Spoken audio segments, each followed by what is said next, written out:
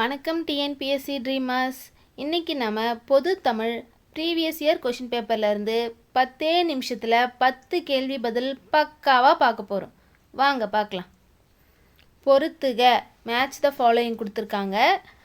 நம்மாழ்வார், பெரியாழ்வார், திருமங்கை ஆழ்வார், குலசேகர ஆழ்வார், இவங்க எல்லாருமே என்னென்னு இருக்குது? ஆழ்வார்கள். நம்ம நாயன்மார்கள் ஆழ்வார்கள்னு பார்த்துருப்போம். நாயன்மார்கள்ன்றவங்க பார்த்திங்கன்னா நாயன்மார்கள் சிவனை பற்றி பாடின சிவனடியார்கள். ஓகேங்களா? ஆழ்வார்கள்ன்றவங்க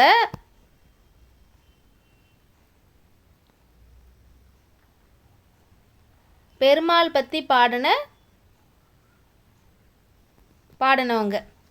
பெருமாள் பற்றின அடியார்கள் பார்த்திங்கன்னா ஆழ்வார்கள், சிவன் அடியார்களை நாயன்மார்கள் சொல்லிட்டு சொல்வோம். இங்கே இருக்கிறது எல்லாமே ஆழ்வார்களும் அவங்க இயற்றிய நூல்களும் கொடுத்து பொறுத்த சொல்லியிருக்காங்க. இங்கே கொடுத்துருக்க ஆன்சர் பார்த்திங்கன்னா தப்பு, இது ஆன்சர் கிடையாது. சரிங்களா?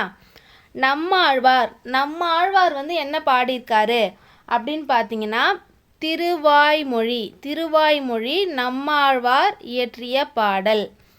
பெரியாழ்வார் என்ன பாடியிருக்காங்க பார்த்தீங்கன்னா திருப்பல்லாண்டு.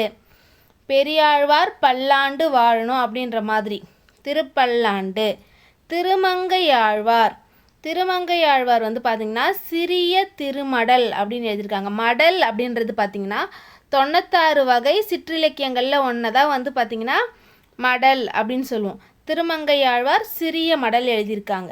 குலசேகர ஆழ்வார் பெருமாள் திருமொழி. குலசேகர ஆழ்வார் பார்த்திங்கன்னா பெருமாள் திருமொழி அப்படின்றத எழுதியிருக்காங்க.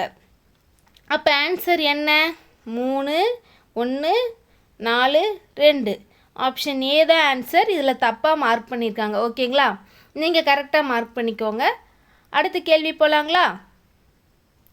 கொடுக்கப்பட்டுள்ள செய்யுள் அடியில் அடிக்கோடிட்ட சொற்களுக்கு பொருத்தமான இலக்கண குறிப்பு கண்டறிக. கரும்பிவர் சந்து தொடுகடல் முத்தும் வெண்சங்கும் எங்கும். அடிக்கோடிட்டிருக்கிறது எந்த வார்த்தைன்னு பார்த்தோன்னா தொடுகடல் முத்தும் வெண்சங்கும் எங்கும். இதில் தொடுகடல் ஃபஸ்ட்டு அந்த வார்த்தையை எடுத்துக்கணும். தொடுகடல் மட்டும் எடுத்துக்கிட்டிங்கன்னா அது வினை தொகை.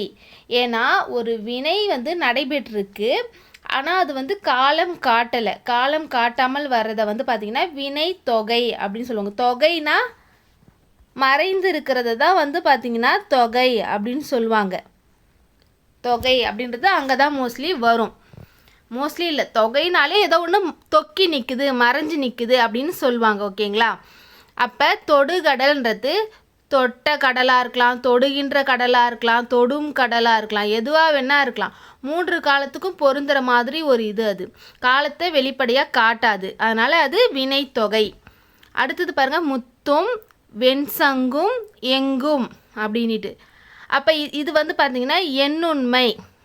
இதுவும் அதுவும் அப்படின்ட்டு ஒரு தொடர்ச்சியாக வர்றது எண்ணுண்மை வரும். இதுவும் தொகையாக வரும், உண்மை தொகையாக வரும். எப்படி வரும்னா இப்போ இங்கே எல்லாமே இம்னு சேர்ந்தே வருது.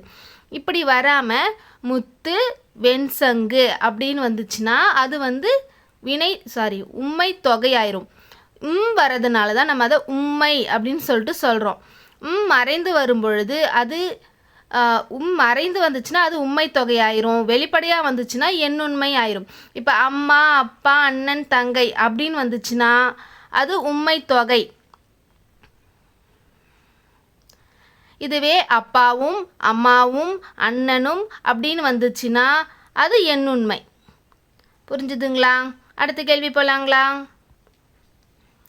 ஓங்க என்னும் வேர்ச்சொல்லின் வியங்கோல் வினைமுற்று எழுதுக. வியங்கோல் வினைமுற்று நம்ம பார்த்துருக்கோம். வியங்கோல் வினைமுற்று அப்படின்றது பார்த்திங்கன்னா க இயர் அப்படின்ட்டு முடியும். இங்கே பாருங்க, ஓங்குக க இயர் இது ரெண்டும் தற்கால வழக்கில் இல்லை, கா மட்டும்தான் தற்கால வழக்கில் இருக்குது. அடுத்த கேள்வி போகலாமா? உழு என்னும் வேர் சொல்லின் வியங்கோல் வினைமுற்று. இப்போ நீங்கள் கெஸ் பண்ணுங்க. க எங்கே முடிஞ்சிருக்கு? உழுக அப்படின்ட்டு. இந்த வியங்கோல் வினைமுற்று எந்தெந்த பொருளில் வரும்? வாழ்த்துதல், வைதல், வேண்டுதல், இது போல் பொருட்கள்லாம் வரும் இந்த வியங்கோல் வினைமுற்று அப்படின்றது. இப்போ வந்து வாழ்க, ஒழிக, வாழ்கன்றத வாழ்த்துதல், வைதல் பொருள்னா ஒழிக அப்படின்னு சொல்கிறோம். வேண்டுதல் செய்வாயாக அப்படின்ற நம்ம ஒரு விஷயத்தை செய்வியா அப்படின்ட்டு நம்ம கேட்குறது, செஞ்சு கொடு, தருக அப்படின்னு நம்ம சொல்கிறோம். இதை வந்து வேண்டுதல் இதெல்லாம் வரும். இப்போ உழுக அப்படின்றது வந்து பார்த்திங்கன்னா வியங்கோல் வினைமுற்று எதுன்னு கேட்டால் உழுக. உழுதல் அல்விகுதி க விகுதி பெற்று வந்துச்சு. இப்போங்க க இயர்னு இப்போ தான் பார்த்தோம். இங்கே வந்து இது மாதிரி அல்விகுதியும் வரும். அல்விகுதி வந்துச்சுன்னா அது தொழிற்பெயர். ஓகேங்களா? அடுத்த கேள்வி போகலாங்களா? கொடு என்னும் வேர் சொல்லின் தொழிற்பெயர். இப்போ தான் தொழிற்பெயர் சொல்லி கொடுத்தேன். அல்விகுதி ஏற்று வந்தது கொடுத்தல். இது வந்து பார்த்திங்கன்னா காலம் காட்டாது. ஓகேங்களா?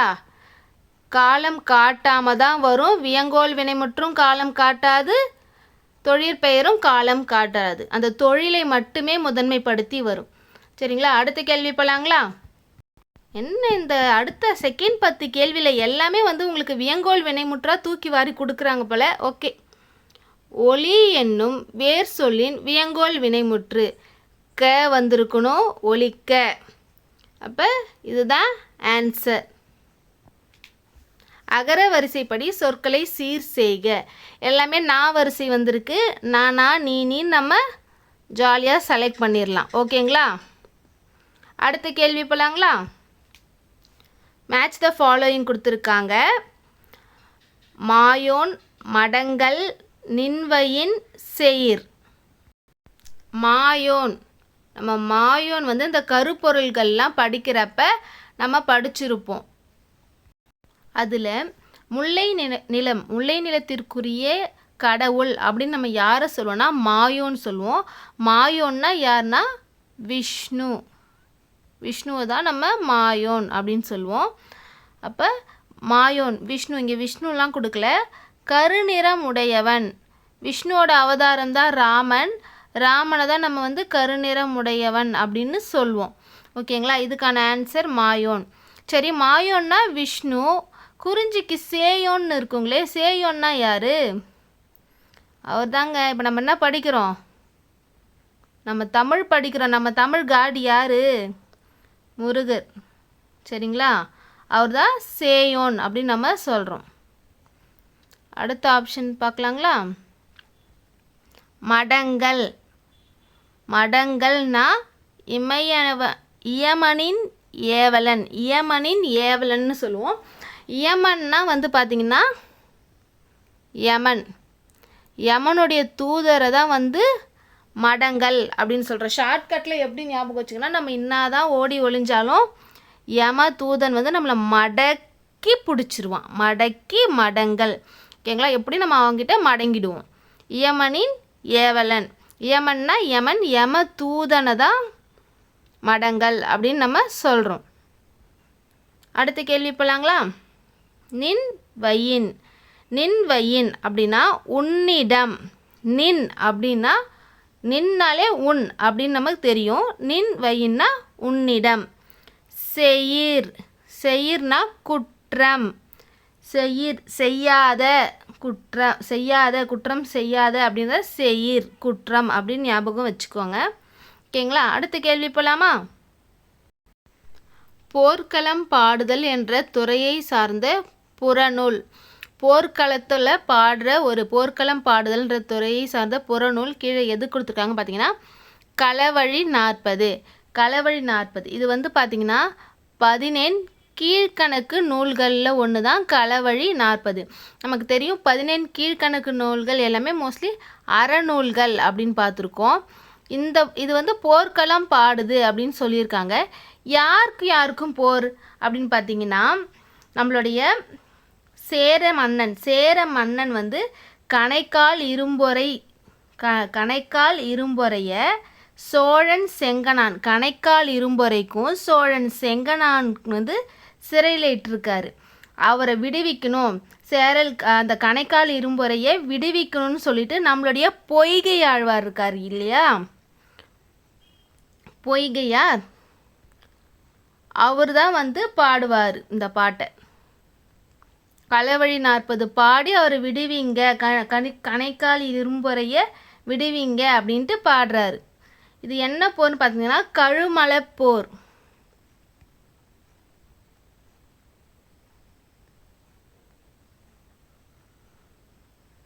ஓகேங்களா? கழுமலம்ன்றது ஒரு இடம், அந்த இடத்துல நடந்த போர்.